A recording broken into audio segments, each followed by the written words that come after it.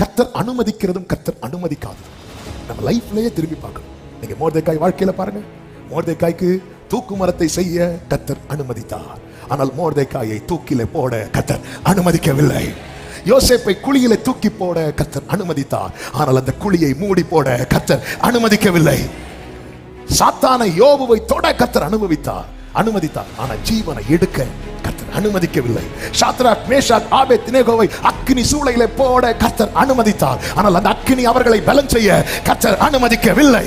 தானியேலை சிங்க கபியிலே தூக்கி போட கர்த்தர் அனுமதித்தார். ஆனால் சிங்கங்கள் அவனை பட்சிக்க கர்த்தர் அனுமதிக்கவில்லை. பேதுருவை தண்ணீரிலே தாழ கர்த்தர் அனுமதித்தார். ஆனால் தண்ணீரிலே மூழ்க கர்த்தர் அனுமதிக்கவில்லை.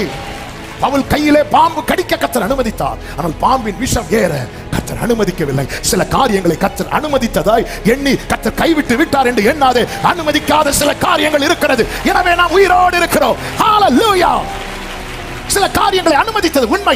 ஆனால் அதே நேரத்தில் அவர் அனுமதிக்காத காரியம் இருக்கிறது. அதை தான் யோபு கிட்ட சொன்னார். சமுத்திரம் எழுந்து வரும்போது அதை மணலினாலே எல்லையை போட்டவர் யார்? இவ்வளவு பெரிய சமுத்திரத்துக்கு நான் ஒரு எல்லையை போட்டு இருப்பேன் என்றால், யோபுவே, உன் வாழ்க்கையில சிலதை அனுமதித்தது உண்மை. ஆனால் சில காரியம் அனுமதிக்காததுனாலதான் இன்னைக்கு நீ சாட்சியா நிற்கிற.